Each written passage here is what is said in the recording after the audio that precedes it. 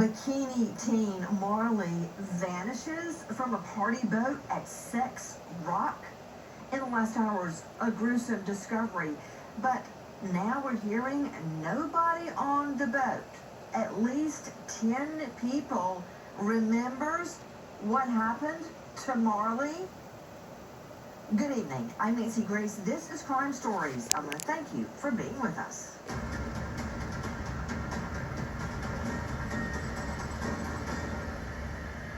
19-year-old Marley Kinney is spending the day on Kentucky's Grayson Lake with friends when she jumps off a pontoon boat but never makes it back on board. As investigators respond, they discover the boat's captain is allegedly intoxicated and unable to tell them where Kinney entered the water. Hi, my name is Willow. In the photo is a picture of me and my sister, Marley Kinney. And if you live anywhere near me in Kentucky, you know that she has been missing for about 3 days, 3 to 4 days now. She went missing on Wednesday, I believe the 24th of this month. She was going with some friends to get on a boat on Grayson Lake and just boat around, have a party, whatever, have fun. My sister is 19 years old, and her friends are all over 21 except for one of the boys that were on that boat. They had all gone off in the water somewhere to use the bathroom. A few people stayed on the boat, but around 6 got off to use the bathroom, and she was one of them to get off.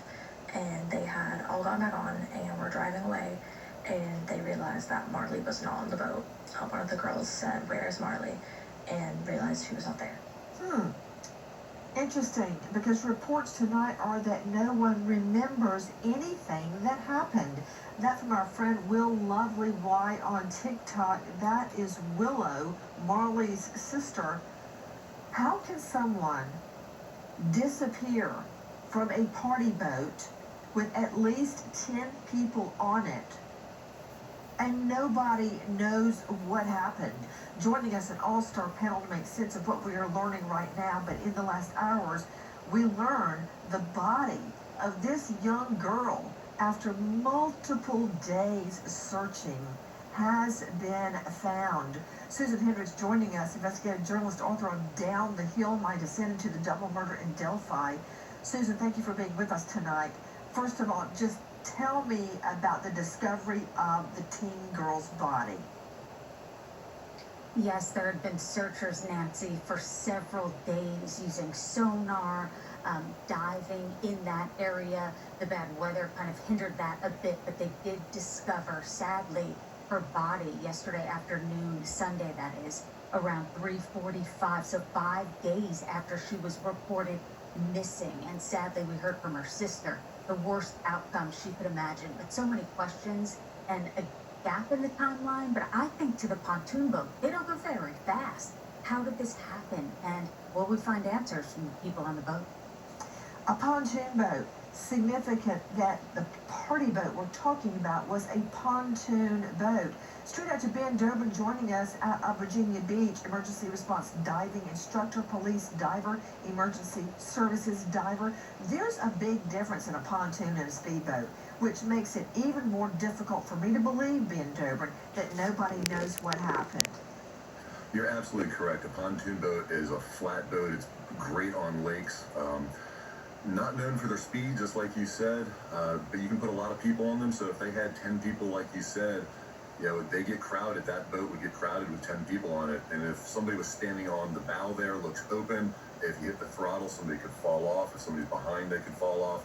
But, after a while, you should notice that somebody's missing. Even with 10 people, you're going to see it's not a huge area. You would see that somebody wasn't on that boat. So it's kind of concerning. Durbin, let's break it down. This is not a cigarette boat speeding through at 70 miles an hour. A pontoon is like...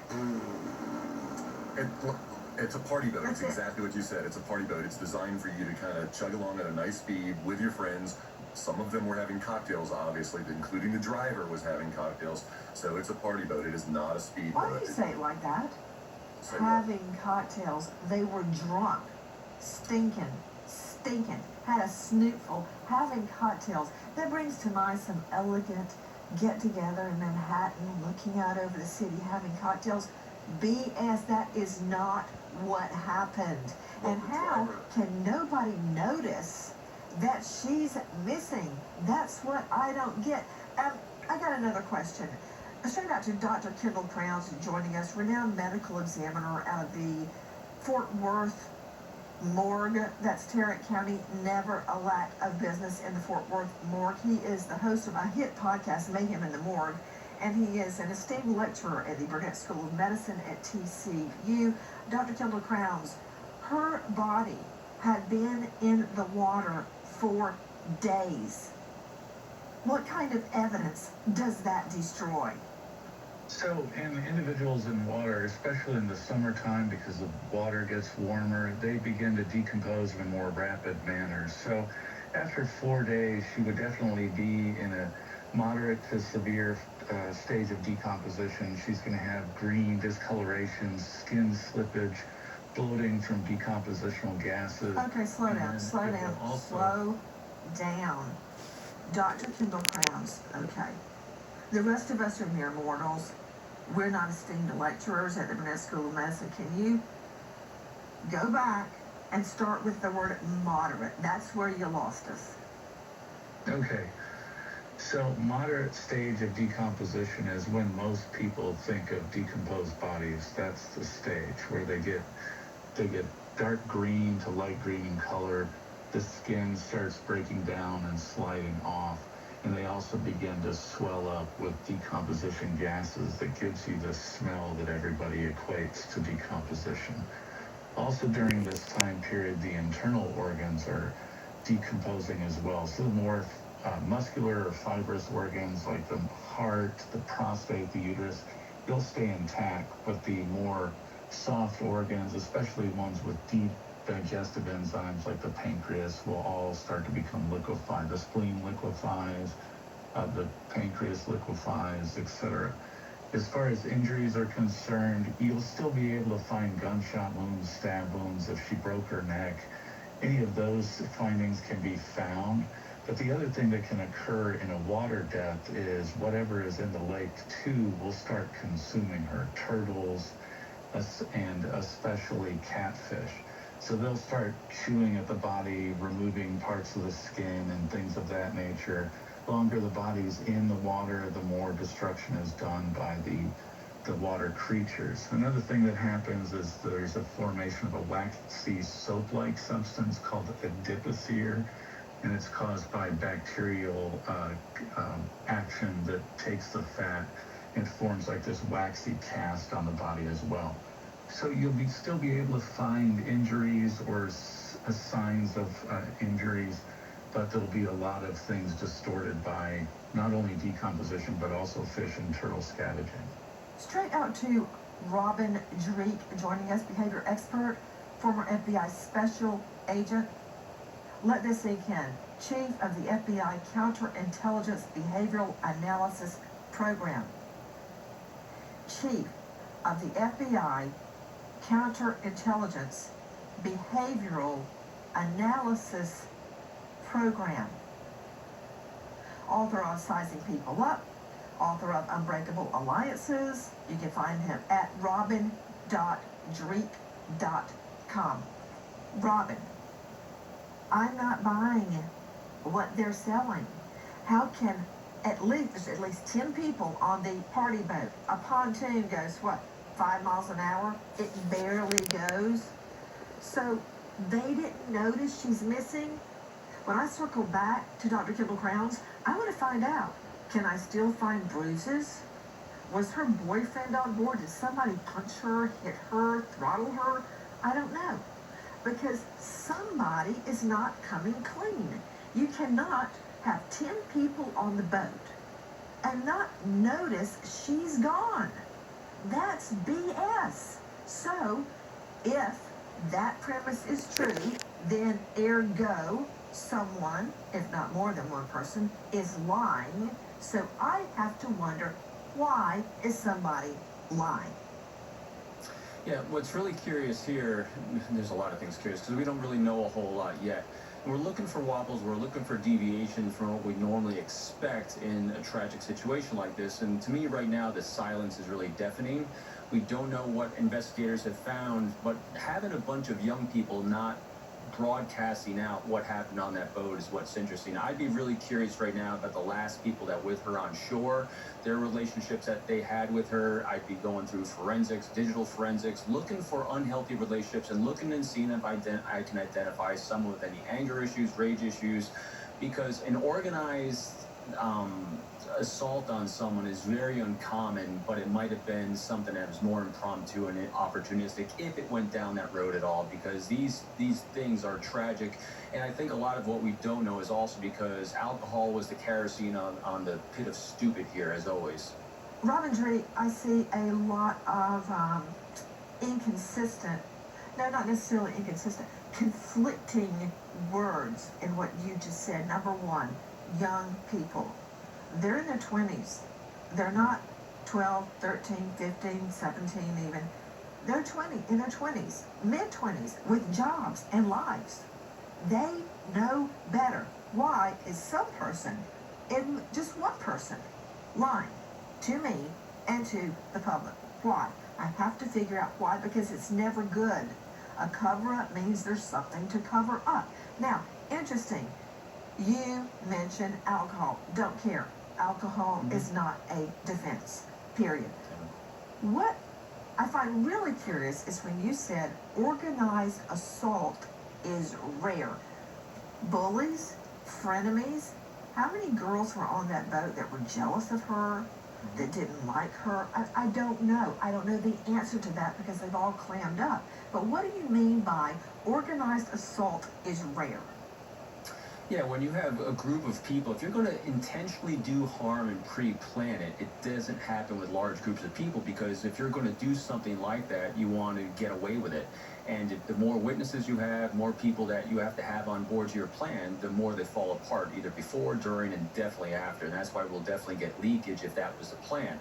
I'm more on if this was malintent, during this, if it went sideways somehow, there was going to be some sort of fight, disagreement, or there was some, like you said, frenemies or deep-seated unhealthy relationship going on there that they're going to really focus on when doing these investigation interviews. So that's why I say it like that, because an organized, preemptive, assault on someone is very unlikely. Also joining us tonight, Dr. Bethany Marshall, renowned psychoanalyst out of the LA jurisdiction. She's the author of Dealbreaker, and you can see her now on Bravo and Peacock. She is the star of a brand new podcast, On the Couch with Dr. Bethany Marshall. Dr. Bethany, I'm just trying to imagine what really happened on that party boat when this young girl went overboard and nobody noticed. I find it compared to what Robin Drake just said, and I'm not disagreeing with him, I'm just analyzing what he said, that when you have an organized assault on someone, you worry about keeping it a secret. I don't think when people commit a crime that they're worried about getting caught. They're not thinking about the implications a day after, a week after, a month after. I think they act in the moment, such as girls ganging up on someone, a guy roughhousing or angry at her, pushing her over, a group picking on her, bullying her, and then she ends up overboard somehow and nobody does anything. I could see that happening. And the reason we're having to spin out every scenario is because everyone has clammed up. Nancy, it's quite a large group for an organized assault. Remember Shanquilla Robinson? She was lured down to Mexico and then assaulted by several friends. What was interesting in that case is there was the deafening silence that Robin Drake just referred to.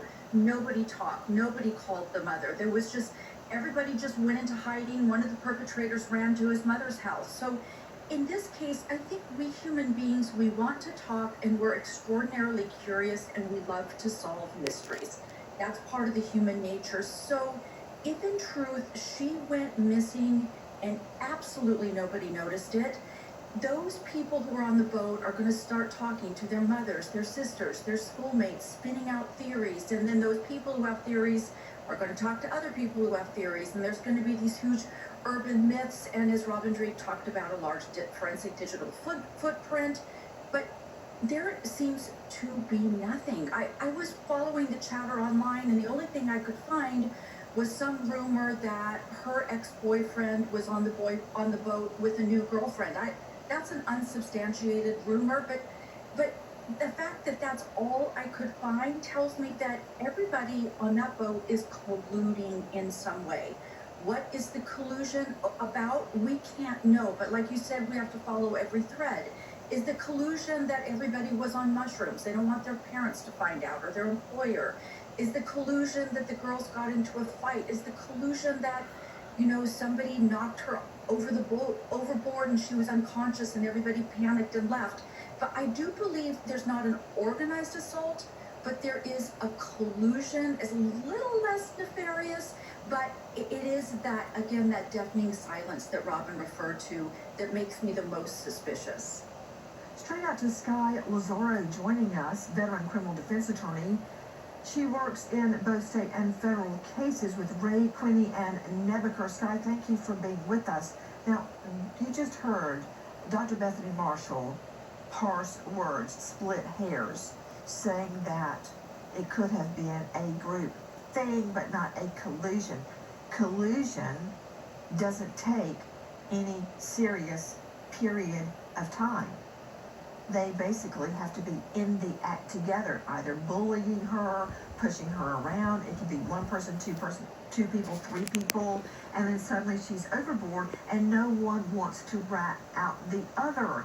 So what do you think about the possibility that these at least 10 people are going to assert the Fifth Amendment and continue to clam up and not say anything? I think at some point somebody will say something. Somebody's attorney is going to go get them a deal or something. And this really could have been an accident. The fact that nobody's talking does not mean that something bad happened or some intentional crime. I mean, we don't know that. If it were truly an accident, don't you think they would be telling what happened? Here's a great example. In the case of Alex Murdaugh, his son, Paul, had been BUI, boating under the influence, just really drunk. People were begging him to get away from behind the wheel. He wouldn't do it. Instead, he crashed into cement pylons under a bridge. I went and looked at them myself. They're deadly looking. Just huge cement chunks. I mean, really big, 6 to 12 feet each, sticking up, jutting up out of the water. You can't miss him. He ran straight into those, and 19-year-old Mallory Beach goes flying off the boat.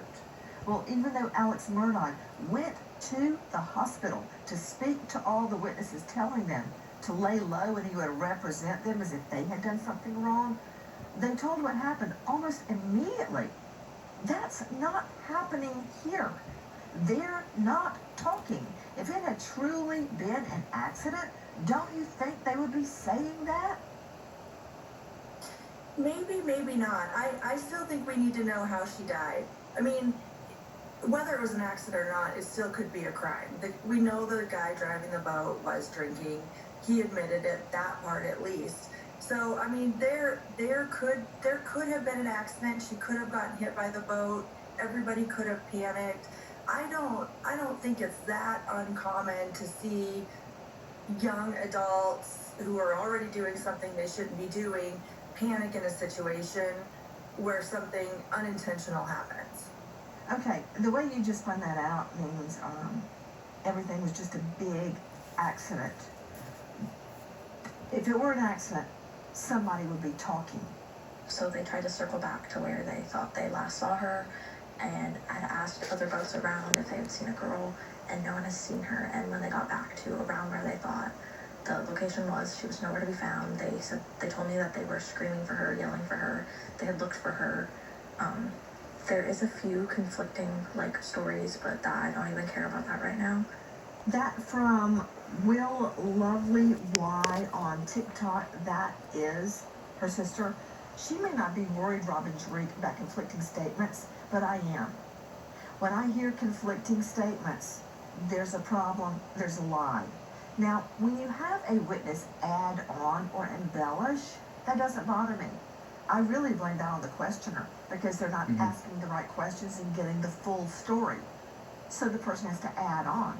But when I get a conflicting statement, somebody is lying.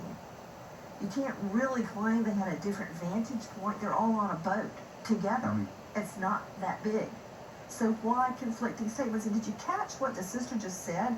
They tried to circle back where they thought they last saw her, which totally rules out what Sky Lazaro just said, which was to the effect she fell off and they were circling back and maybe they ran over her or the boat hit her like it's the boat's fault. No. They said they circled back to where they thought they last saw her. In other words, they didn't notice she was gone. That's BS. They asked other boats, had they seen the girl? Nobody said that they had seen her. They were trying to find her, quote, last location. This is not fitting together, Drake.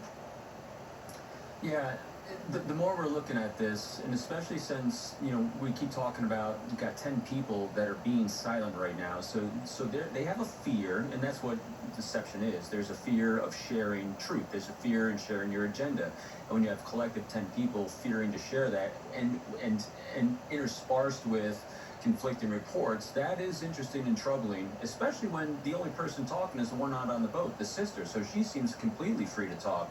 And so it's not like law enforcement came in and said don't share anything, because she apparently feels free to share. Yeah, I'm definitely skeptical about why they're not sharing. There's something hidden right there. Now, whether it's nefarious or not, we don't know yet because investigators will find that out. But there's definitely something hidden that they don't feel safe in sharing. Hi guys, Nancy Grace here. In today's uncertain economy, families truly need a way out of the high interest trap. We're heading into summer, but the economic clouds are not clearing up. With the cost of daily living, we're all feeling the pressure. It's 2025. Just to clarify, my sister does not know how to change the dates on a camera, and her camera was only set in the wrong date, so it says 2025 in December, which you also can tell that it is not December in the background of this, so it's definitely the wrong date. And she just got this camera, and that was the exact swimsuit that she was wearing that day. And that is one of the girls she has gone with, just to clarify that the date is wrong. The times on it are correct though. This one was around 2-something p.m.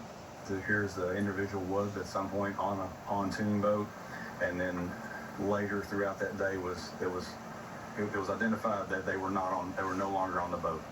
No offense, but Lieutenant Chris Mulholland with the Fish and Wildlife Division just said a whole lot of nothing. That's from our friends at WSAZ, and earlier again from the sister Willow at Will Lovely Y TikTok. Okay, did you hear what he just said, Ben Dobrin?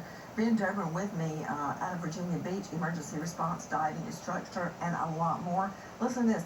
It appears the individual was at some point on a pontoon boat, and then later, throughout that day, it was identified that they were not on it, no longer on the boat. What is he saying? It's just a word salad. I agree with you. He's not saying anything. Basically, yes, she was on the boat at one point, and then she wasn't on the boat at another point. What transpired between those 2 points, he's not saying, and I don't know at this point if anybody knows what transpired between those. Yes, we know she was on the boat. We saw pictures of her on the boat. Everybody agreed she was on the boat, and then obviously she wasn't on the boat anymore, and her body was discovered 4 days later. So what happened between being on the boat and those 4 days later when they found her body? That's obviously the big question right now. Susan Hendricks joining us, investigative journalist and author of Down the Hill. Susan, I wonder why this area is named Sex Rock. That's a whole other can of worms. But did you hear Mulholland? Maybe he's giving me a word salad because that's all he's been given. Did you hear? Let's hear that one more time, please. This is Lieutenant Chris Mulholland from Fish and Wildlife. Here's the individual was at some point on a pontoon boat, and then later throughout that day it was identified that they were no longer on the boat. Susan, I'm not necessarily blaming Mulholland. That's from our friends at WSAZ, by the way.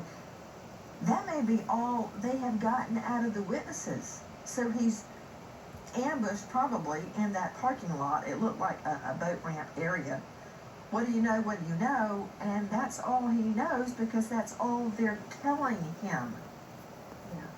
It seems like a formal way, Nancy, of saying, I don't know. And clearly the answers will come from those on the boat.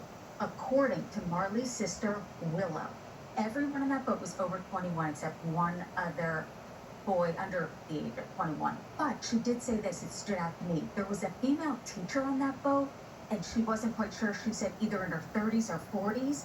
Was there a ringleader there who's bringing the story together is what I'm wondering. And did the authorities separate them and get various stories? Or are they just home right now? Because you're right. That age, they're online. We would hear from someone to say, hey, I was on that boat. I'm so sad. We didn't notice she was gone or what have you. But they would be online if they weren't all just keeping the story for themselves. Just as an aside to Susan Hendricks, investigative journalist, Susan, why is it called Sex Rock? Well, I don't advise Googling it because I did. And what I found was it's only known of that name to locals. And I think it's self-explanatory that kids go up there and maybe there's a hidden part. Speculation, but I tried to find it, only known by locals as that name. But if you look at the rock, it looks like a phallic symbol, maybe. Speculation on the rock. I don't know the origin of who started that, but apparently it's called that. Back to you, Robin Drake. You recall when Natalie Holloway went missing, she was taken by Gordon Vandersloot and the Calpo brothers. And when her friends there at Carlos and Charlie's were asked, they said, yes, we were there with her and she left without us. They knew exactly what happened. Here, nobody will state exactly what happened. And you heard Susan Hendricks just state there was a female teacher on the pontoon. Why isn't she coming forward and stating what happened? Yeah, Susan's insight on that was really interesting to me. I actually wrote it down right there too, because that would start explaining, if true, why there's a hidden agenda, why someone's fearing sharing. What, there may be a ringleader in here, and again, it couldn't be. It doesn't necessarily mean that they all assaulted her and did something nefarious to the poor girl that died, but maybe she feared for her job. In other words, like we said before, there's a hidden agenda that people don't feel safe sharing, and for some reason, if the teacher's involved, she might be the ringleader in keeping everyone silent because maybe she fears for her job or maybe she organized. Who knows? But there's a lot of areas that need to be explored investigatively, no doubt. And I think there'll be a digital footprint and digital trail in this at some point, at least. Okay, hold on. Robin Drake, that's really important. Explain how valuable a digital trail would be and exactly what are you talking about? Yeah, well, part of the investigation is they're going to get subpoenas and they're going to go through everyone's cell phones. They're going to be looking at text messagings. They're going to be looking at all the social media sites that all these people are on, and they're going to start seeing and identifying relationships. And most importantly, they're going to start identifying unhealthy relationships. They're going to start identifying priorities of all these people, hidden priorities and agendas that they may or may not have. And then when you start getting at least one degree of separation away from the individual themselves, you're going to start getting some real truth going on behind what's going on in these people's lives. And so that's, as an investigator, is what creates your filters and where to focus on. And right now, if true, the teacher at the forefront of this, if there's a teacher on board, they're going to be looking at her, especially if there's a position of authority or implied authority that she might have control. And so, again, they'll be able to identify that either verbally through the interviews or through the forensics on the digitals. Hi guys, Nancy BUI, boating under the influence. He was breathalyzed at about .08, Cameron Conley. But, Sky Lazaro, a death occurred during the commission of his BUI. Is he set up for felony murder charges? I think there is a strong potential for that, if not some sort of negligent homicide or something along those lines, depending on what state you're in and how they prosecute these. But he certainly wouldn't be the first person who was charged criminally for something that was an accident. And I know we've disagreed on this, that, you know, even best case scenario, this really was an accident, he still could be criminally liable just because of the fact that he was under the influence when he was operating that boat. Susan Hendricks, tell me what else you know, if anything, regarding an adult female teacher on board. Did the teacher have a husband? Did the teacher have an adult boyfriend? Well, who is this group? Right. It does seem a little strange to me, and I'm wondering, Robin may know this, the more people on the boat, does that make it so that if she is missing, it's less obvious? I'm trying to fill in the blanks here. All I know is it was a teacher. Immediately, I thought male, but as I listened more to Willow, she said no, female, but it was not clear to her. She said 30s, 40s. Maybe when you're that young, you think that, I don't know, they're just older. So that teacher was on board, she said. She also said this, that her sister Marley didn't know the lake that well. So I wondered, how often was she out there? Was she invited? Because she also mentioned co-workers on that boat. What is the relationship to Marley? Wait. Who had co-workers on the boat? According to Willow, it was co-workers of Marley's. She worked at a restaurant, Smoking J Ribs and Ice House, you see here in this TikTok. So I'm wondering, was she excited to be invited? Were they all really just acquaintances? All you need, I'm thinking back to when I was that age, is one close friend to say, hey, wait a minute, we're leaving without my friend. It appears no one said that. Nobody said a word. Back to you, Dr. Bethany Marshall. An adult, of course, they're all adults, right? Most of them. You've got a 23-year-old boat driver, an operator of the boat. You've got a female teacher. Did she have a boyfriend or husband with her? You've got co-workers. Nobody said anything. How do I know some of the girls didn't gang up on her, push her overboard as a joke? How do I know she didn't have a spat with a guy and he hit her or pushed her? Nobody's talking, Dr. Bethany Marshall. Why? Nobody's talking, and people want to talk. Nancy, essentially, we human beings are caring, loving, and we value our attachment systems. So when somebody disappears or go overboard, that's all we can think about. That's all we want to talk about to our families, our friends, anyone who will hear and listen.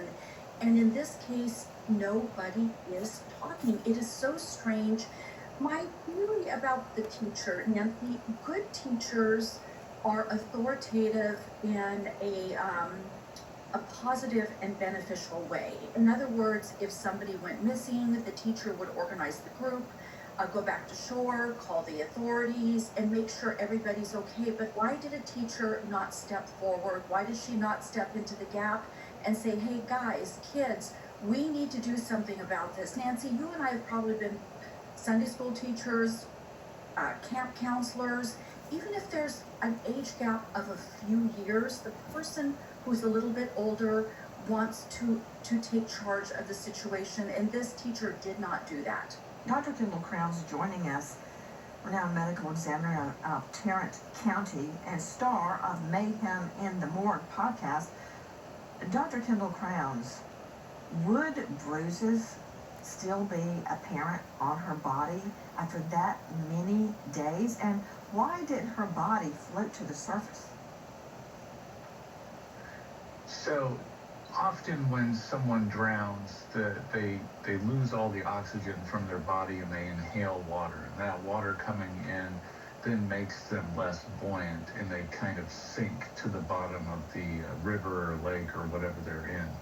And they don't usually bob back up until the decomposition process has been going on long enough that the body swells from the decomposition gases, and then they float to the surface like a bobber. As far as bruises are concerned, yes, you would still be able to see bruising. It is often obscured by the decomposition process, the greenish discoloration, the lividity can make it look like there are bruises that aren't bruises, or it can make bruises themselves not look normally. And usually what you do is you cut into these areas while you're doing the autopsy and look for hemorrhage in the fat or the subcutaneous tissue to show that it was actually a bruise. So you can still find them, it just takes a little more effort. Her sister did check her Life 360, and it was confirmed that her phone and her belongings were left on that boat when she got off to use the restroom. It's also a disputed fact of where she or how she went to the bathroom. Did she jump off the boat and use the restroom in the water, or did she get off and use it on a side of one of the rural areas? So that would be a big difference. Okay, I got a big problem now. That is from the Marissa Gold on TikTok. Robin Drake, behavior expert, former FBI special agent, chief of the FBI Counterintelligence Behavioral Analysis Program, and author. Now, we don't know whether she jumped off the boat to urinate in the water or whether they dropped her off at the shore at an inlet. That's bad. That's a bigger lie. That we can't even get the answer to that simple query? Yeah, the revelations of older adults being on this boat and there being silence is becoming more and more concerning as I'm listening to this, because to me it rings of ringleader, like you said earlier, and that's why we're not having any leakage right now. But I'm pretty confident, though, when people don't like being silenced. You know, as the good doctor was saying earlier, we want to share. We want to rationalize our behavior. We want to be accepted, and we want to have, be seen and heard for our thoughts, opinions, and what happened in tragic situations like this. And if someone gave us instructions, even in a short term where there's an assumed authority position, like a position of a teacher, that's going to erode extremely rapidly over the coming days, because they're going to feel disenfranchised. They're going to feel like they weren't heard. They're going to feel like the truth isn't out there, because the likelihood of everyone conspiring together, as we've all said before, against her is slim to none. That's why I think we're going to start getting some more accurate details about what actually came out. Hi guys, American homeowner anything about the disappearance and now the discovery of the body of this young girl, please dial 606-928-6421, 606-928-6421. We are